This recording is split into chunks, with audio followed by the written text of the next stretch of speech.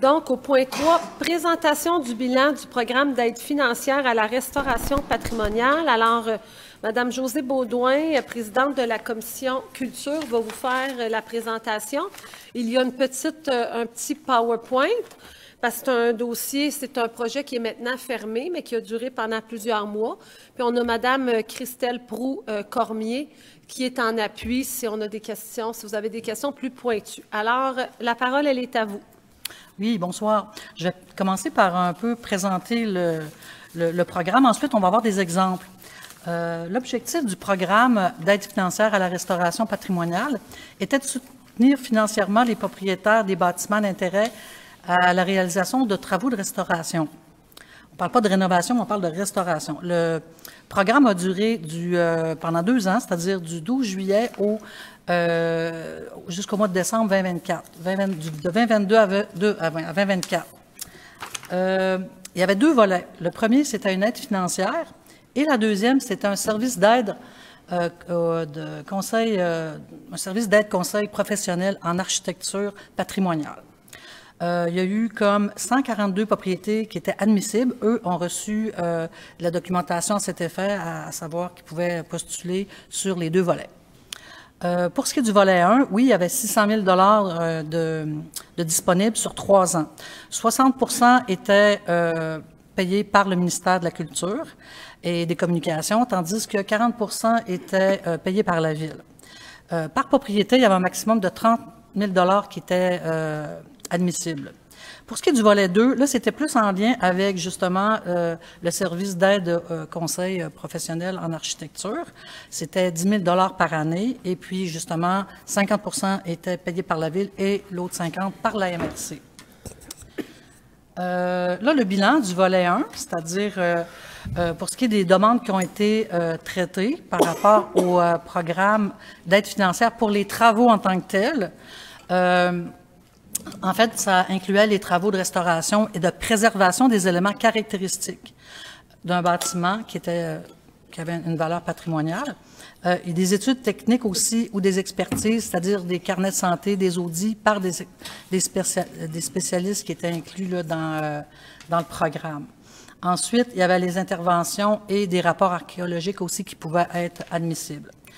Il y a eu 25 demandes traitées, dont au total 484 700 qui ont été octroyées, dont 192 300 qui ont été assumés par la Ville et dont 288 400 qui ont été assumés par le gouvernement. Donc, en moyenne, par adresse, il y a 21 500 $ qui ont été fournis pour ces travaux. Dans le volet 2, le programme, c'était plus un accompagnement offert par un service d'aide conseil professionnel en architecture. Vous allez le voir dans les prochaines diapos, qu'est-ce qui avait été fourni par cette firme-là pour guider les propriétaires, les soutenir aussi pour la planification de leurs travaux, aussi des recommandations, des esquisses personnalisées qui ont été vraiment appréciées là, de toutes parts.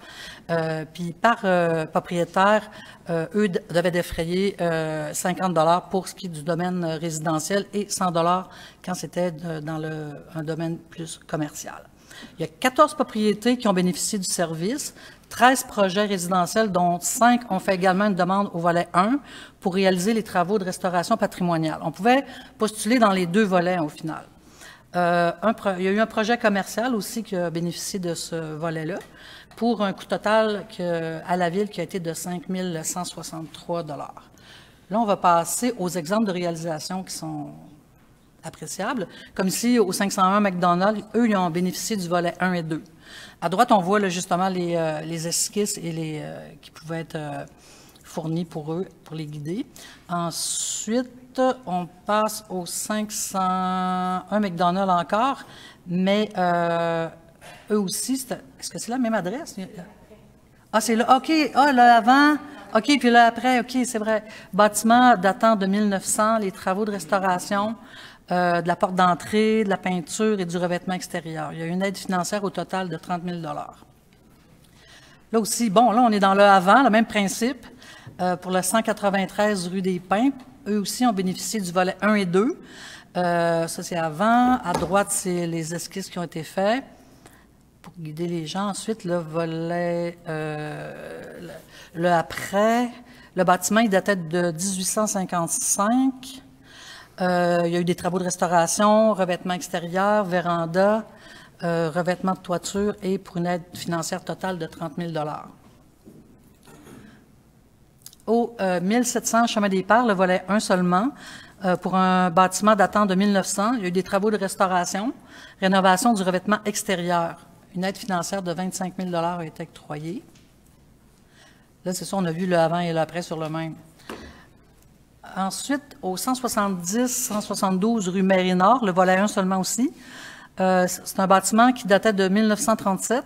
Il y a des travaux de restauration, c'est-à-dire pour les 2 portes d'entrée. Il y a eu une aide financière là, de 23 500 $. On voit le avant et le après, c'est vraiment beau. Quand on voyait les projets au CCU, c'était vraiment agréable de voir justement les projets. Au 313 avenue de la Chapelle, le volet 1 seulement. Ça, c'est un bâtiment qui date de 1950. Des travaux de restauration qui ont été faits, c'est-à-dire pour le revêtement extérieur, les ouvertures, le clocher, une aide financière au total de 24 600 $. Là, on a l'avant et l'après. Et sur la rue Bullard, au 50, à l'adresse numéro 50, c'est un bâtiment qui date de 1924. C'est des travaux de restauration par rapport à la marquise au-dessus de l'entrée qui est en bois. Il y a une aide financière là, de 5 200 $. En conclusion, cette aide financière à la restauration patrimoniale a été vraiment, en tout cas, comment je pourrais dire, bénéficiable pour les propriétaires. Puis la Ville souhaite remercier les propriétaires qui ont participé au programme puis contribué à la préservation du patrimoine de Magog. Le programme est terminé depuis le 31 décembre 2024, mais la Ville encourage les propriétaires à poursuivre l'entretien et la restauration de leurs bâtiments afin de préserver la valeur patrimoniale, éviter la dégradation et maintenir l'intégrité du cadre bâti au fil du temps.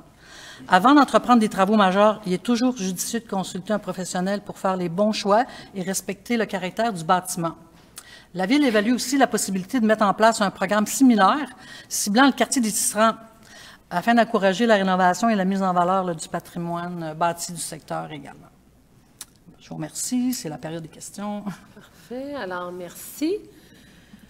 Est-ce que vous avez, donc, on a bien détaillé le programme. C'était quand même attendu par les propriétaires. Hein? On essaie de leur demander de restaurer, de prendre soin de leur bâtiment, puis on n'avait pas d'aide. Fait qu'on a eu quand même un programme qui a été intéressant pour eux. Est-ce qu'il y a des questions en lien avec ce bilan?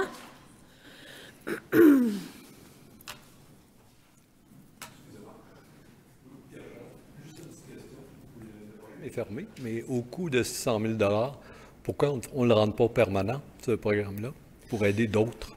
Bien, c'est sûr, ce sont souvent justement des programmes avec le gouvernement, hein, ville, gouvernement et propriétaire, donc où chacun y contribue. Il n'y en avait pas dernièrement au niveau des gouvernements. En tout cas, il me semble, Mme Procormier pourrait me le confirmer. Puis, on va essayer de, comme on a dit, pour le quartier des Tisserands, c'est ce qu'on souhaiterait. On pense que peut-être avec quartier historique et tout ça, il pourrait y avoir une ouverture éventuelle. Est-ce que vous voulez me compléter, Mme? Oui. Est-ce que vous m'entendez? Oui. En fait, il reste moins que 100 000 $. Actuellement, il reste plus autour de 47 700 dans le budget de ce programme-là parce qu'il restait des sommes. Là, les propriétaires avaient quand même un an pour compléter leurs travaux. Donc, il y a des travaux qui se sont complétés au courant de 2025. Donc, c'est de là la petite différence. Cela dit, c'est comme Mme la mairesse l'explique, le choix a été fait de ne pas reconduire ce programme-là, mais plutôt de se concentrer dans un deuxième temps sur le quartier des Tisserands, étant donné qu'on a un programme particulier d'urbanisme qui est en cours de production pour ce secteur-là. Et puis, là, on est à évaluer quel type de programme serait le plus intéressant pour les propriétaires de ce secteur-là. Parce que je me disais, c'est bien de pouvoir rénover ces vieilles propriétés-là, mais à ce moment-là, les propriétaires qui, dans le futur, veulent le faire pourraient bénéficier, si on allait vers la permanence de ce programme-là, qui, on peut s'entendre, il n'y aura peut-être pas 600 000 $ qui va se dépenser, mais on pourrait au moins garder ce programme-là pour le futur, pour donner les vieilles maisons aider les gens qui ont des vieilles maisons, pas juste le fermer en 2024, garder mettre un peu d'argent de ce côté pour aider ces gens-là. Parfait, bien, c'est noté. Merci beaucoup. Merci. Est-ce qu'il y a d'autres questions? Ça va. Bien, merci beaucoup, Madame Proulx-Cormier.